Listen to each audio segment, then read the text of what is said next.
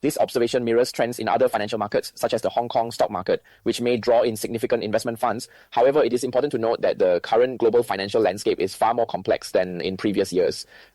Historically, it was relatively straightforward. Investors would observe the yen or the dollar appreciating as reliable safe haven currencies during times of uncertainty, or money might flow into various investments such as bonds or gold. This process is quite straightforward, and without the imposition of tariffs, it was much easier to navigate.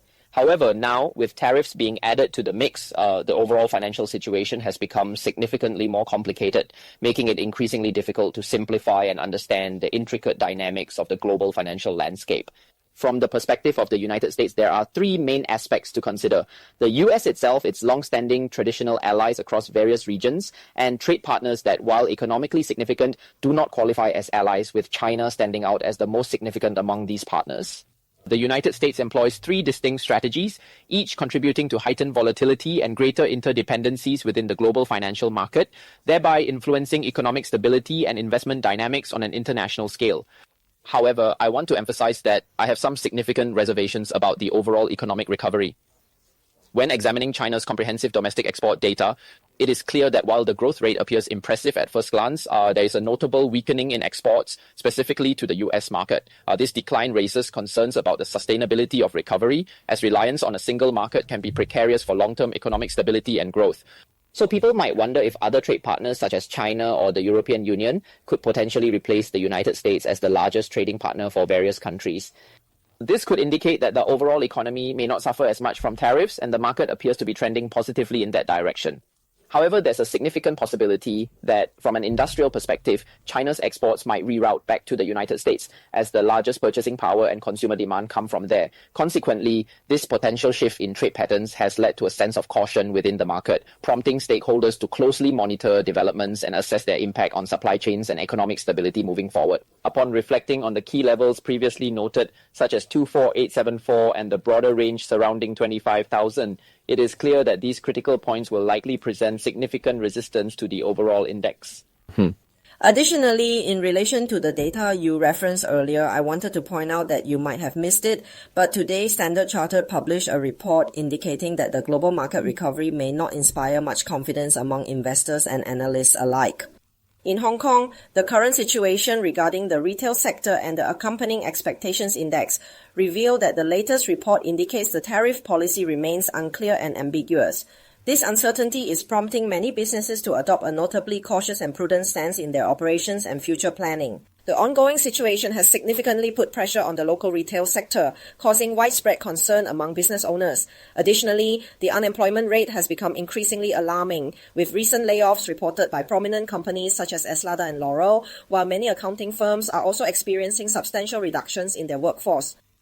Many firms across various sectors are increasingly laying off staff to cut costs, and currently Hong Kong's stock market index has experienced the largest quarterly decline among major global cities, plummeting by 9.8 points, which is slightly better than the initial expectation of a 10.5-point drop. Regarding overall business sentiment, numerous analysts and company leaders are not optimistic about a swift market recovery in the near future, indicating concerns about ongoing economic challenges. In Hong Kong, a significant number of business leaders and industry experts believe that the recent increases in US tariffs have led many companies to postpone their development plans and strategic initiatives. Furthermore, the logistics and customs processes have become increasingly complicated and burdensome due to these new US tariffs, resulting in significant disruptions that are affecting trade and overall business operations across various sectors. Considering the current condition of the global market, in what ways could it potentially impact our Hong Kong stock market's performance and investor sentiment moving forward? I noticed that many individuals are borrowing less money now and are feeling hesitant to take on any additional debt. Many individuals who have taken out loans are actively working to pay off their debts as quickly as possible in order to lower their overall debt ratio. It appears that everyone is striving to maintain a healthy cash flow, which is crucial for financial stability and peace of mind in today's economy. Is this really the case? Today's comprehensive report suggests that younger generations, particularly Generation X and even newborns, are experiencing significantly lower borrowing rates compared to previous generations, indicating a notable shift in financial behavior and economic circumstances. This situation could potentially be the result of a misunderstanding between the parties involved, leading to confusion or miscommunication. It's important to clarify the details to ensure everyone is on the same page and to avoid further complications. Open dialogue may help resolve the issue effectively.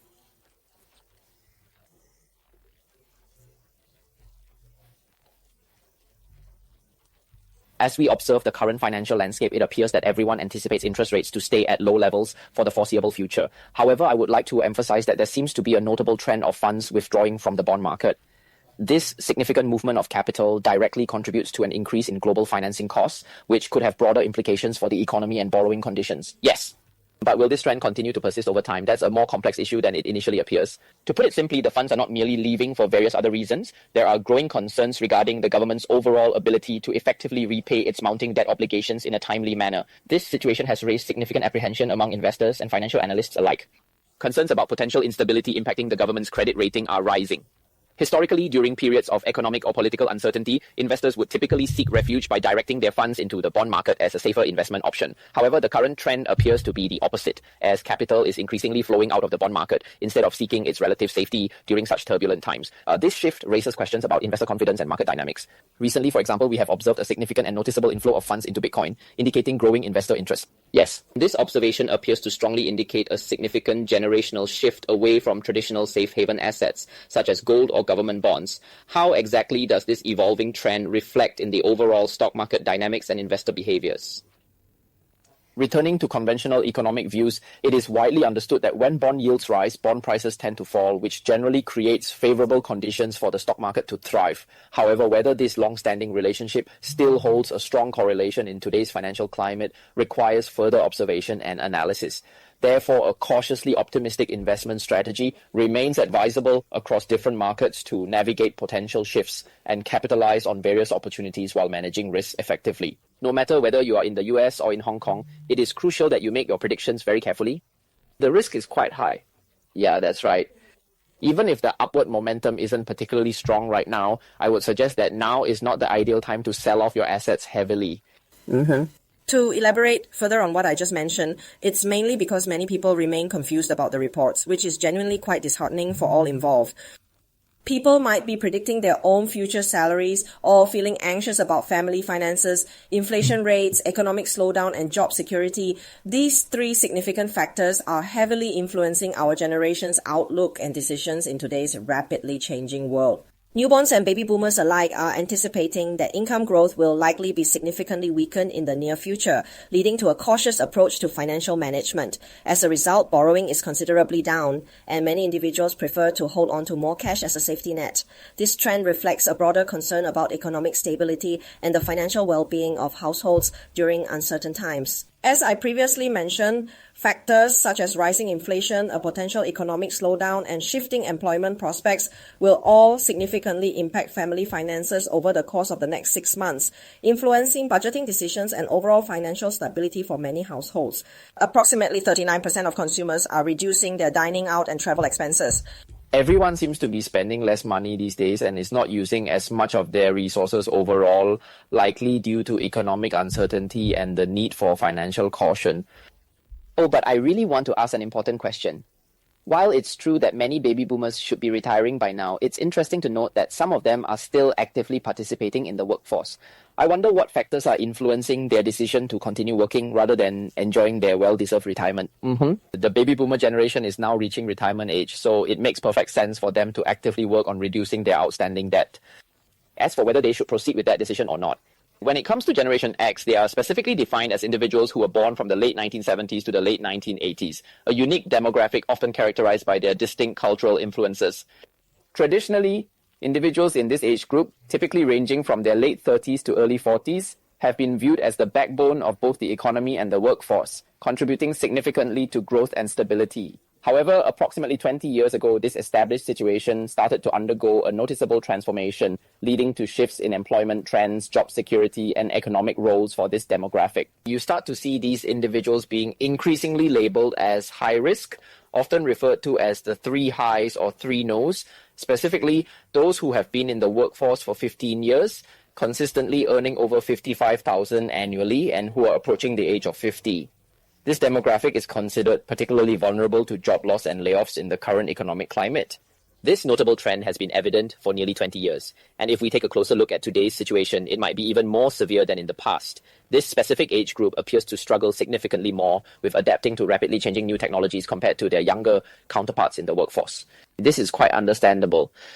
If that were not the case, we certainly wouldn't overhear people constantly engaging in discussions about how younger generations are actively reshaping the modern workplace landscape. Consequently, their legitimate concerns regarding job security and consistent cash flow have understandably grown more pronounced and intensified in recent times. This perspective is certainly reasonable and worth considering. However, whether it is directly related to the current economic cycle is a matter of ongoing debate.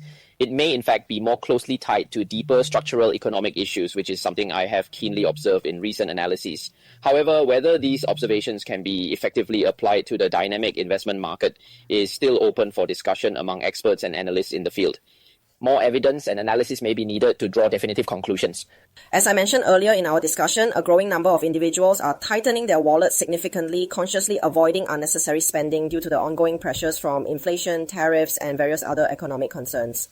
Recently, I've come across a particular stock, 1373, which is associated with Japan City. I'm curious to know if you have had the opportunity to visit this place or explore its offerings. Yes, that's correct. Japan City, a renowned international retailer of high-quality home goods and decor. In fact, there is actually one located right below my apartment building. I've recently observed that they are frequently hosting large sales events and prominently displaying numerous signs that advertise impressive discounts, such as 40% or even 80% off on items throughout the entire store. This trend seems to attract quite a bit of customer attention. There had been persistent rumors circulating that they might be shutting down their operations entirely and ceasing all activities.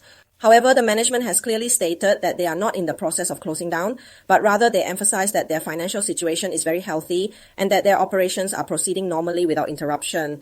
They mentioned that in order to remain competitive, they need to initiate a comprehensive and strategic business reform to effectively adapt to ongoing market changes and challenges. Today, the company released several financial figures indicating that after yesterday's market close, they issued a significant profit warning. This announcement stated that their annual profits for the fiscal year ending in April are projected to decrease by approximately 51 to 57%, which has raised concerns among investors and analysts alike. If we assume a profit of 101 million in the year 2024, the projected profits for the following year, 2025, could only reach an estimated range of approximately 43 to 49 million, reflecting a significant decrease from the previous year. I'm not entirely sure if this situation is a direct response to the tightening of wallets, particularly since many people are increasingly choosing to shop in mainland China. There's also the possibility of Pinduoduo and Taobao emerging as significant players in the realm of online shopping. For businesses operating in this highly competitive sector, it might be becoming increasingly challenging to thrive. Additionally, people used to enjoy speculating in Japan City, treating it similarly to stock trading. Now, if you're thinking about investing in this opportunity, what key factors should everyone seriously consider before making a decision? Let's begin by discussing stock trading as our first topic. When talking about stocks, it's crucial to focus on the watch list. Previously, the process was limited to a single focus, which took a considerable amount of time to complete. However, since 2024, it has become quite trivial and straightforward. It's not solely about the quality of the work. If you take into account the possibility of them closing down completely, that aspect is indeed a crucial part of the overall calculation. As a management team, if I want to share information with stakeholders, it's strictly limited to what they publicly disclose to the public. They have to make the difficult decision to close some stores, which is a reasonable strategy, especially considering that they are currently experiencing a concerning net cash outflow. They currently hold approximately 300 million in cash reserves, which isn't too bad considering their financial situation. However, it's important to note that their total debt stands at a staggering 2 billion. Even if they dedicate their efforts entirely to repaying debts, they still possess enough liquidity to cover their rent obligations. It's crucial to pay attention to another figure. They have accumulated 500 million in lease liabilities, which adds another layer of complexity to their financial challenges going forward. This means that I have signed leases with some landlords, committing to rent these spaces for a certain duration. The unfinished lease portions are considered liabilities in accounting. In this particular situation, it implies that they are obligated to fulfill these leasing agreements, which necessitates that these stores generate a consistent positive cash flow in order to meet their financial responsibilities and sustain operations effectively. Therefore, if they genuinely wish to avoid suffering significant financial losses, particularly considering that business conditions are currently not favorable, they need to take proactive measures to reduce their operational scale in order to effectively lower their leasing expenses. This strategic adjustment could help them navigate these challenging times more successfully. This also requires some cash flow to manage, as sometimes you may have to terminate leases early and incur penalties. Sometimes you may find yourself needing to relocate to a different location, and for this reason, they might need to reduce their overall asset scale in order to effectively clear out their existing inventory. They need to stabilize their financials before restructuring. In addition to the Japan City brand itself, they previously launched a brand called Ella, if I recall correctly, and my memory serves me right. This particular brand is considered to be relatively affordable, which, as you mentioned earlier, is significantly influenced by Pinduoduo's pricing strategies. In contrast, Japan City offers a range of items at a somewhat higher price point, catering to a different market segment that may prioritize quality or brand reputation. For instance, you might choose to purchase a slightly more expensive pot, which could cost around $100. The 1238A platform is entirely positioned in a manner similar to Pinduoduo or Taobao, whereas currently JD does not have to incur the expense of paying rent, unlike its competitors who do have to manage that financial obligation. In this specific situation, expanding this particular band proves to be relatively difficult. They really need to completely restructure their entire business model now to adapt to current market demands. I believe this is entirely expected and a very reasonable strategic move for their future success. However, they are not closing down completely and will continue to operate in some capacity. From the perspective of their public company data, they are not in a dire financial situation, and Japan City is beginning to change and evolve a bit, indicating positive developments on the horizon. I noticed that they are now offering a variety of instant noodles and pasta, which they did not sell previously. Japan City used to exclusively sell home furnishings and related items, correct? Yes, and I noticed they even sell bottled water now. So I don't know, but it seems like Japan City is a bit disorganized and could use some improvement in their overall layout and product organization. They seem utterly lost and bewildered. When I step inside, it feels like I'm in a strange space that's neither a welcoming sanctuary nor truly a home goods store, yet also not a conventional grocery store. The atmosphere is extremely chaotic and disorganized, adding to the confusion all around me. Hey, could you let me know when you actually need to purchase a large quantity of home goods? Typically, you only need to buy a substantial amount of home furnishings and supplies when the property market is thriving, accompanied by high levels of moving activities and transactions. You might not even consider buying in bulk when moving to a new place. You might have already downsized and carefully evaluated what you truly need. This is especially true now as the property market is currently experiencing a period of inactivity, meaning the demand for home goods and furnishings is relatively low. Many people are opting to streamline their possessions, leading to a significant decrease in sales for various household items. But it's quite different from other expenses. You need to consistently buy food and essential ingredients such as pasta and water on a regular basis. So from this perspective, they are actively expanding their revenue sources to effectively maintain a steady cash flow. In the retail industry, the most crucial aspect is to maintain a healthy cash flow, rather than solely concentrating on achieving a high profit margin. When you examine Wellcome and ParknShop, you'll find that their profit margins are relatively thin. However, they gain a significant advantage from enjoying a large cash return on their operations. In addition to Japan City, they highlighted today that the rise of online shopping has a considerable impact on their business operations and customer engagement. Just last week, we had an in-depth conversation about Alibaba and its influence on the retail market, but we failed to address this important aspect of the e-commerce landscape. It's clear that the shift towards digital purchasing is reshaping consumer habits and affecting various sectors. We discussed it before the news was released. However, today, Alibaba experienced a notable rise of 7%, ultimately closing at 113.5. So things are looking promising, right? Could this increase be related to their ongoing competition with Meituan and the recent flash sales on the Taobao platform? Right now, there's actually a surge with Meituan breaking 150 million orders in a single day. However, Alibaba has launched 50 billion platform consumption vouchers since July, and just at the beginning of this month, it has already driven a more than twofold increase in night orders in cities like Guangzhou, Shenzhen, and Jinan.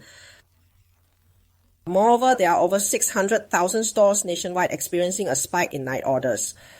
This represents an astonishing and remarkable 100% increase, which seems rather greatly exaggerated.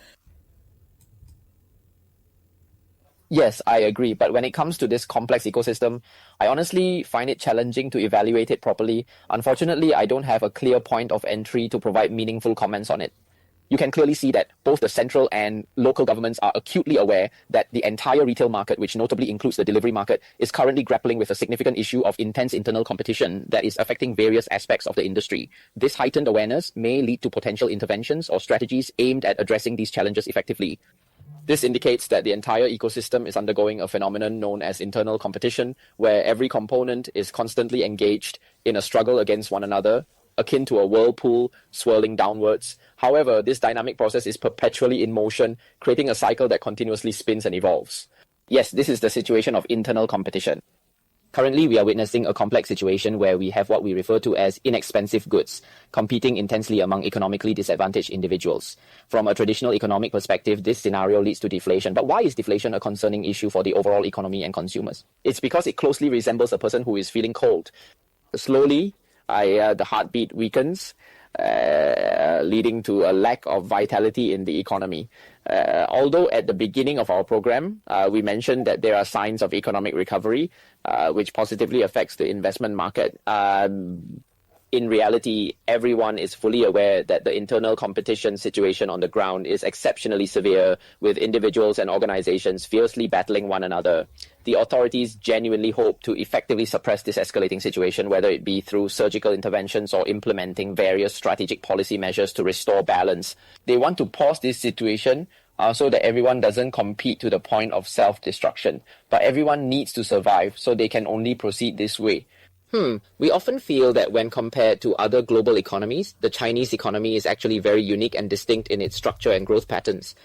In various economies, it becomes evident that delivery activities lack vibrancy and engagement, whereas in China, these activities are notably active and dynamic.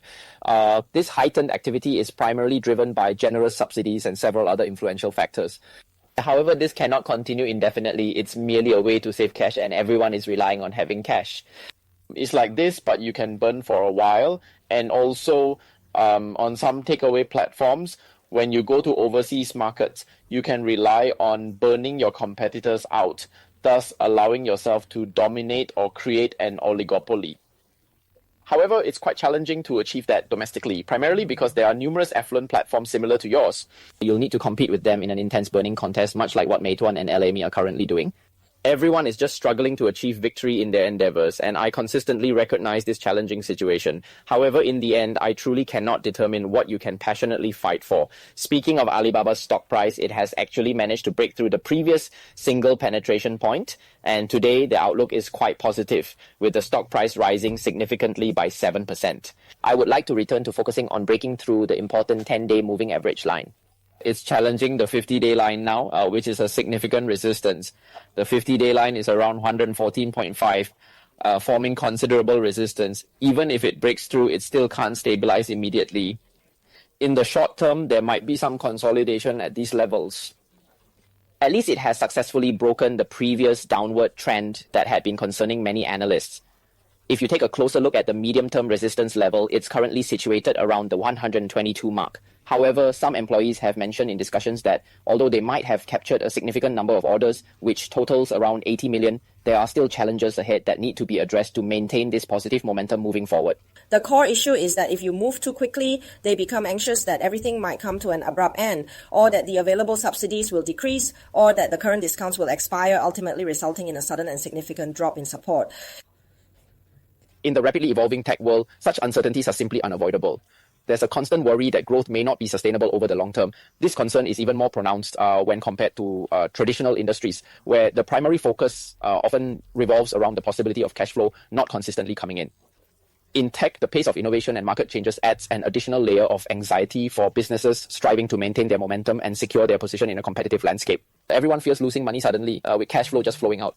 However, in today's fast-paced era, there is growing concern that this high level of growth may not be sustainable long-term. Thus, they must go to considerable lengths and make significant efforts to achieve any form of growth. Everyone aims to meet targets, but focusing on long-term healthy development might not be beneficial. So, Azimo posed an interesting question to you. If this moment is indeed the right time to place a bet on a market rebound, should you opt for 3690 or 961 gauge? Let's delve into the details of 3690 first. Notably, last Saturday witnessed a remarkable surge, with the total market volume doubling from an average of 100 million orders per day, a figure maintained since the beginning of the year, to an impressive 200 million orders per day. Last week, there was a remarkable increase of 30 million additional orders. This surge can be attributed to the fact that 20 million of these orders featured zero fees, which effectively translates to no cost whatsoever for customers utilizing the Q plan. There are approximately 10 million self-pickup orders that are placed by customers and do not require any delivery service for convenience or personal preference. Because it was specifically mentioned that if you opt for self-pickup, you will receive free vouchers resulting in no delivery fee, which ultimately makes your total amount due $0. Additionally, there are an astonishing 10 million takeaway orders that can be delivered to your home completely free of charge. Last week, Meituan unexpectedly experienced a significant surge in demand, resulting in an additional 30 million orders. This remarkable occurrence highlights one of the unique aspects of Meituan's business model. Moreover, if we examine the recent trend of Meituan's stock, it appears to be aligning with this positive growth trajectory, indicating a promising future. Yes, and at this moment, the stock price doesn't appear to show the same upward momentum as Alibaba does. Let's discuss Meituan in detail first. What do you think? You can choose your preference. Do you like 9988 over the others? I prefer 9988, but I'm okay with their choice. Regarding the company's 3690 and 961E, I recently accessed JD's platform, and it doesn't appear to be a favorable choice at this time. For instance, JD has not actively participated in the competitive free order market. Instead, they seem to prioritize focusing on strengthening and refining their core operations and business strategies. Have you noticed the increased focus on their core operations lately? They recently launched an ambitious initiative centered around crayfish, which makes JD appear somewhat inferior in comparison to these two competitors. Furthermore, without the incentive of free orders, the capital market tends to perceive this crayfish as a valuable asset that one should keep for personal gain, rather than sharing or distributing widely. I agree about the crayfish. What about Alibaba? I observed that in the bustling city of Shenzhen, supermarkets such as Hema feature several large and visually appealing displays filled with fresh crayfish available for customers to select from, showcasing a variety of sizes and preparations. What do you mean by large displays? Different brands, right? There are a variety of different brands and numerous frozen crayfish options are readily available, whether for convenient takeaway meals or for easy reheating at home. So many, really. I believe the crayfish from JD isn't particularly remarkable, and isn't it primarily intended just for the Hong Kong market? Actually, eating crayfish has always been popular in mainland China. It's not just that they're promoting it in Hong Kong. I'm talking about Shenzhen.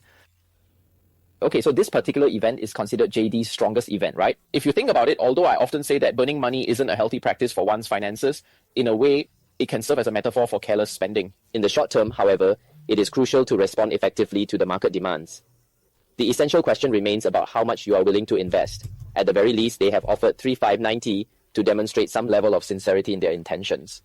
If you examine the situation from that perspective, I would indeed prioritize choosing 390 first. However, it's essential to aim for a minimum of 140, and you must successfully break through the 50-day moving average line to achieve your goals effectively.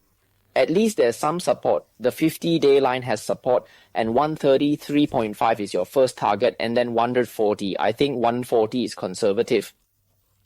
Yeah, but I'm sorry to say, if I had to choose between the two options, I wouldn't pick either. I'd much rather invest in Alibaba 9988, right? Yes, so you see the stock 369 is also rising significantly today, and interestingly 9988 is up more than it is.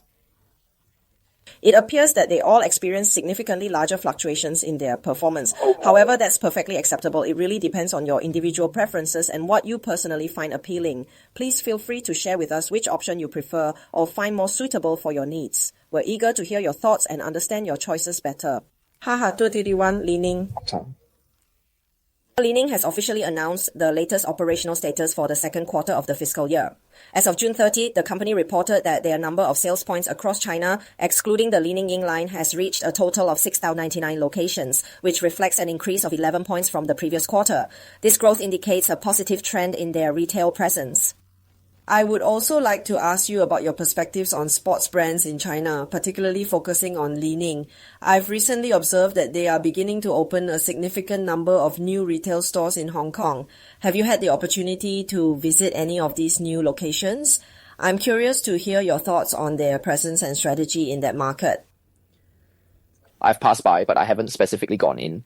Then there's the G4 layer, which adds an additional dimension. In summary, there are a few scattered items such as Eddie and Puma, but they are relatively small in size and not very prominent in the overall layout. However, Li-Ning is emphasizing that their store space is now 4 times larger than before, significantly enhancing their presence. Oh really? That's incredibly big, with 2 large stores combined together into one. Is it worth it to play with this stuff? I don't really like the styles that they offer, so I haven't gone in to check them out. Honestly, my overall view on the current performance of sportswear stocks is relatively average and not particularly noteworthy at this time. Yeah, that's right. They can't sell their products at high prices now. The issue is that globally, they are unable to sell at elevated prices, not just Li-Ning specifically. Brands can be quite subjective. In fact, some of our colleagues genuinely appreciate and enjoy the offerings from Li-Ning. Yes, our colleagues from the mainland really enjoy and appreciate Li-Ning's products. I understood you meant that colleagues in Hong Kong are fond of Li-Ning. I'll ask for details after the mic is off. I'm not sure who in Hong Kong is still actively involved. Is it RZ? And Peter, what about your thoughts?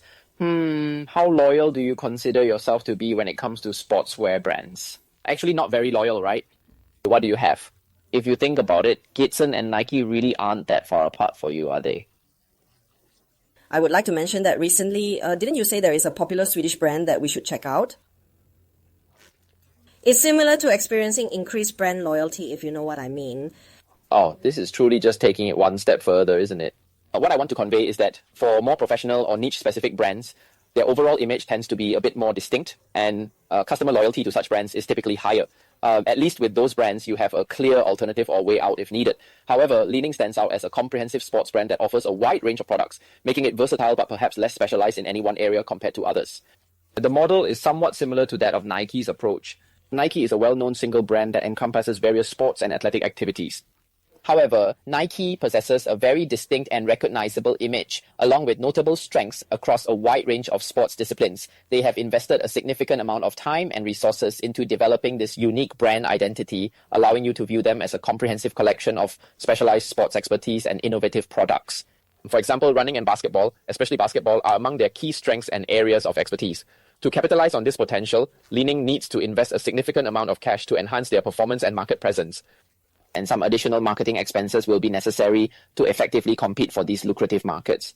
To effectively enter the basketball market, you truly need to sponsor prominent NBA stars. Otherwise, investing efforts could be a waste of time. If you attempt to sell basketball-related products without securing sponsorship, you will find that very few people are willing to purchase them.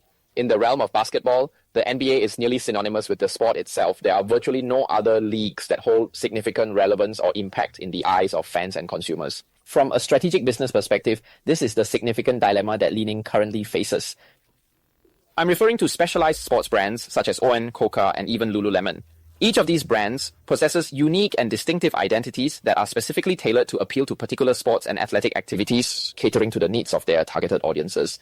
Their market positioning is also very clear and distinct, specifically targeting mid to high-end sports products that appeal to a more discerning consumer base. You can see that these brands are not only aware of their niche, but are also very committed to maintaining and enhancing their positioning in a competitive landscape, which is quite challenging and requires consistent innovation and quality. This dedication to their brand identity helps them attract loyal customers who value both performance and style in their sporting goods. You really don't need to look far for examples. Just take a moment to look at Hong Kong. Do you remember back in the day when Nike had those unique 3-digit shoe models? Well, now, you can easily find them available for purchase in various stores and online platforms, showcasing how trends evolve and accessibility increases over time. It's fascinating to witness how certain styles can become more mainstream and available to the general public as demand grows. Brands like On, which I recall have some unique products that are still selling for over $1,000. But you see, if there's no discount, not many people buy them. You need to show some sincerity, and your products need to expand to boost sales like accessories, hats, and running pants, which are also very expensive. But, compared to other brands with the same level of professionalism, they actually have much lower prices. For example, access is much cheaper, so it's not easy to capture that market. Lululemon used to be very expensive, all 4-digit prices just like that. Yoga pants are like that, but now they have items priced in the low 3 digits. Clothes, shoes and socks are actually everywhere, which is a big change. This is the situation facing the global sports goods market. They can't maintain their positioning and can't sell at a high price, which affects their profitability. So at this point, there's really no alternative. We are witnessing a noticeable consumer downtrend. Additionally, another significant issue they are facing is the ongoing supply chain disruptions that have been exacerbated by the various problems stemming from the trade war. This is precisely why I am currently hesitant to invest in these sports goods companies as the market conditions do not seem favorable right now. So actually, speaking of which, Dab, I have to ask you about Dab specifically, because a long time ago you expressed optimism regarding XTAB, and it seems like they have recently acquired additional shares again, correct? They were already existing shareholders and now they are purchasing even more, around 1368 shares. If they end up giving those shares to him, it seems like it could be a viable option for future growth or collaboration. He enthusiastically endorses it and uses company shares as a form of payment. That's how I clearly remember it. Of course, they definitely have to sell it, man. Haha, to make a good profit, right? I'd sell it too. No, it's because at that particular time, he had the financial resources, right? He was featured as the main character in the advertisement, but despite his prominence, no one seemed interested in purchasing it. As a demonstration of his loyalty and solidarity, he simply stated that he wouldn't buy any shares, opting to take a stand rather than contribute to something that lacked support. His decision reflected both his personal values and the prevailing sentiment surrounding the product. Oh, so there were indeed some significant emotional factors involved. So later on, he decided to buy a few more shares, but of course, it wasn't just a small handful he purchased. Recently, I reached out to you, Deb, to inquire if you still possess any valuable insights. It appears that the sports industry remains relatively unchanged. There continues to be challenges with live broadcasts, similar to the issues we encountered with yesterday's tower. No, the short-term live broadcast rate is indeed present. You can confidently bet it won't break 5.2. Yeah, Dab, if it breaks 5.2, the trend is very poor. If it breaks 5.2, the next stop is 4.6. This is purely from a trend perspective, but from a valuation standpoint, it's not particularly cheap. It's somewhat like that. 1368 may not be particularly inexpensive, but it is stable. Yes, it feels short-term and easy to give up on, but quite challenging to improve. For now, that's truly how I feel. Yeah. Alright, let's quickly shift our focus to Huang Renfen. As I mentioned last week, Rafidi had a significant breakout yesterday that caught everyone's attention. The reason we discussed this last week was that the company has plans to re-enter the lucrative Chinese market and launch an exciting line of premium products specifically tailored for Chinese consumers to purchase and enjoy. But they said they had to wait for approval from the US. And at that time, there was no official approval yet, just a verbal okay around the 15th or 16th. There was nothing in writing. Now, Huang Renfen has stated that the US government has officially approved our exports, which means that the supply of H20 chips to the Chinese market will soon resume, revitalizing the sector. Consequently, last night the stock surged to 164 and it currently stands at 164.07. Let's observe how the PR market reacts to this news. I can't see it. It's simply too high for me to reach. I'm truly sorry, but it's currently at 172. It's up by 219 points, which indicates a rise of 5%. Furthermore, the public relations market seems to suggest that Li Gang will be returning to China once again in the near future. Is he switching? Yes, he will come to China. I'm not sure if it's for talks or something else. In addition, he mentioned that NVIDIA is set to release a brand new graphics card known as the RTX Pool, which has been specifically engineered for advanced computer graphics, high-quality rendering, and artificial intelligence applications. However, they have not yet disclosed an official release date. They only indicated that this highly anticipated new graphics card will be available soon. Enthusiasts and professionals alike are eagerly awaiting further details regarding its features and capabilities. I don't have any specific comments or insights regarding MDA or NVIDIA at this time. I'm simply relieved that I chose not to invest in it. I mean, it's actually good for you too that you decided against making that purchase as well. I'm really glad I didn't go through with the purchase. I chose not to buy it and didn't foresee the current situation. Thankfully, the price has skyrocketed to 163, making it quite expensive. It's definitely wiser to cash out my investments now. Yes, I'm really not joking at all. A few months ago, we confidently advised everyone to buy when it was channeling at the price of 100. If you didn't take the opportunity to buy at that price of 100, now it has impressively increased by 70%. What else can you possibly add to this situation? Nothing much. Just hold on to your investment and watch it continue to grow. It's definitely worth the investment at just 9. It's truly a great deal right now. Looking back, there's absolutely no reason it shouldn't be worth every penny. Upon reflection, I realized that when I consider Bitcoin, I feel that $23,000 is indeed a great deal. Who would have thought it would drop to a surprising low of 12 today? Honestly, when Bitcoin BTC was hovering around 20,000, I didn't have a compelling reason to convince myself to make a purchase. However, with NVIDIA priced at 90 or 100, you definitely had a solid reason to consider buying. Because even now, NVIDIA remains an essential component in technology. You need to obtain a permit to legally enter China, correct? He truly wants to visit China. Actually, this means that at this particular level of market competition, your chips and various products are currently considered dominant and irreplaceable within the industry. I am genuinely surprised that the US government permits Apollo to purchase chips for the purpose of sending them to China, especially since this practice was previously viewed with great skepticism and criticism. This shift in policy raises questions about the implications for national security and technological superiority, as it contrasts sharply with earlier stances on restricting access to sensitive technologies that could potentially benefit rival nations. But I have not had the opportunity to see the list yet. Yes, there are indeed some specific restrictions in place. For instance, the most advanced and highest end chips cannot be exported to China. Certainly. Here's the expanded version of your original text. Yes, it is true that some advanced chips are already circulating on a global scale. If you need assistance, you can explore various methods to successfully get these chips into China. If China indeed requires these specific types of chips for its technological advancements, they will undoubtedly find a way to obtain them, won't they? It's simply a more roundabout path to navigate through the complexities of international trade and regulations. In the end, the demand will drive the supply chain, making it possible to overcome obstacles that may arise. Since you're going through a roundabout way, why not let you have some, but maybe not the highest end ones? Is that really the case? If that's true, then the restrictions placed on the high-end models are significantly greater. You're fortunate that you are able to successfully manage to obtain some of those sought-after items despite the challenges faced in acquiring them. However, I would also like to take some time to discuss Laden and the LP-LTR situation with you.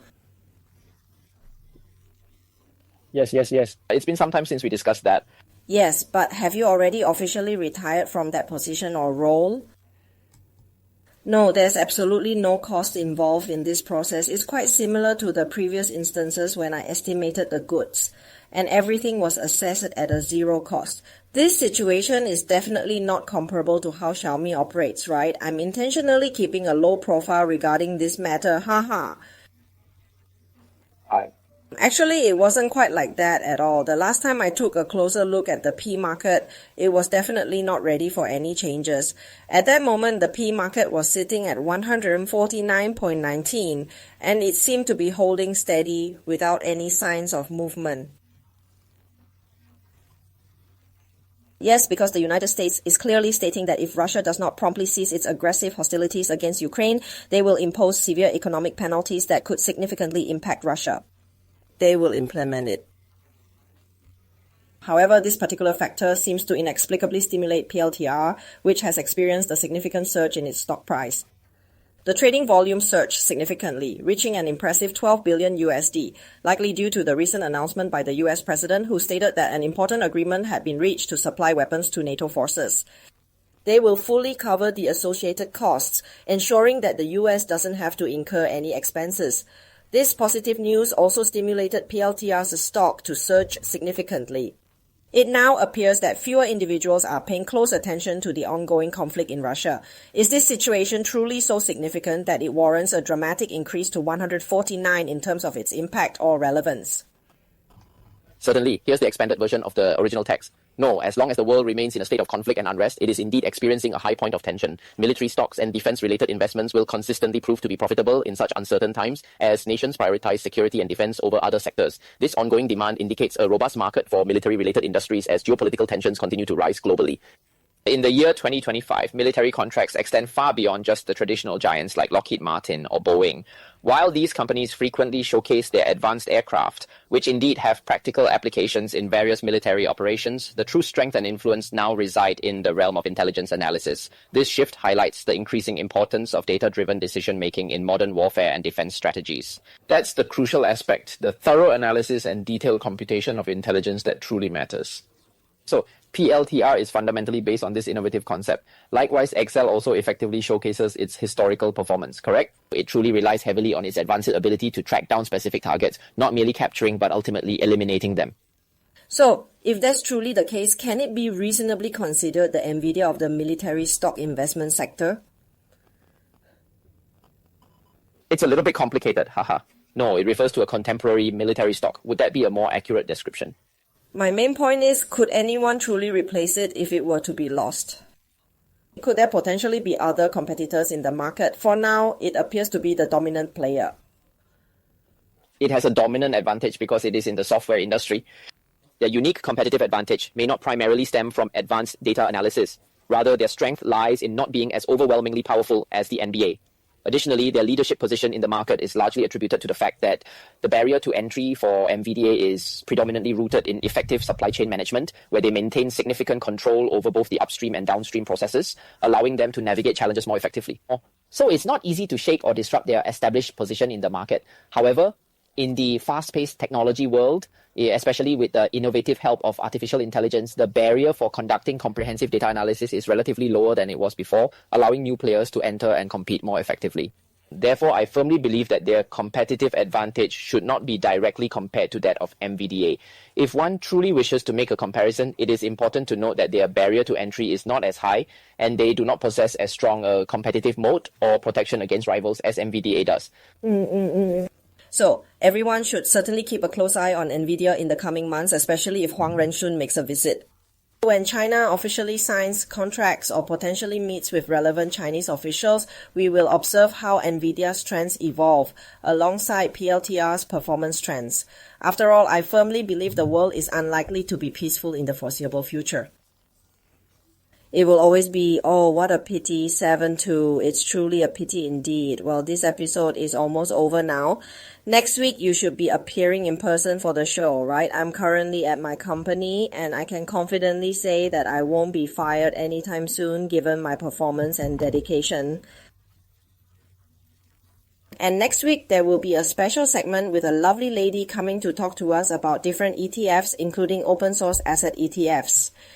Oh, really? Yes, indeed. Next week is coming up very soon. Oh, do I know her? You know her. Are you kidding? Oh, I see. Okay, that's great news. Yes, indeed. Oh, really? Yeah. Okay, I send you an email. Check it out when you have time. Haha. It's not like your email has a photo, man. There is a photo sent via a social media app, right? Next Wednesday, he will come to our meeting and discuss in depth virtual asset ETFs, as well as some promising dividend stock ETFs. This way, everyone will have the opportunity to invest in both types, allowing you to diversify into virtual assets effectively. For traditional assets, you can buy those you like, especially dividend stocks, since you don't have time to check them. It's because the underlying premise is having a substantial amount of money, a significant sum of cash, to earn interest effectively, rather than simply saving gradually. So next week, if you are able to come back a bit earlier, we can meet in person and have a nice chat together. Alright, we'll do it all over again, okay? Let's plan to meet at the same time next week. Thank you to everyone for your participation. Goodbye for now.